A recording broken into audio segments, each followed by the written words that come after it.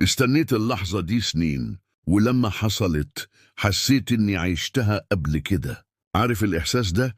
إنك واقف في مكان، بتسمع صوت معين، بتشوف شخص بيعدي، وفجأة بتحس إنك شفت ده قبل كده بالظبط. مش مجرد إحساس مشابه، لا، هو نفس التفاصيل، نفس المشهد، نفس الريحة في الهواء، كأنك بتعيش لحظة اتعرضت قدامك قبل كده، بس انت متأكد انك ما شفتهاش خالص.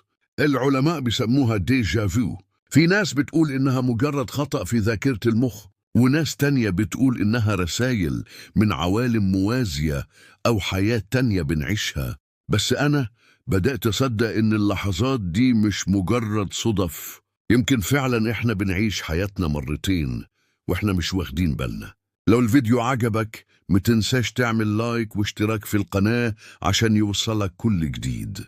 وقولي في الكومنتات، هل حصلت معاك لحظة ديجافو قبل كده؟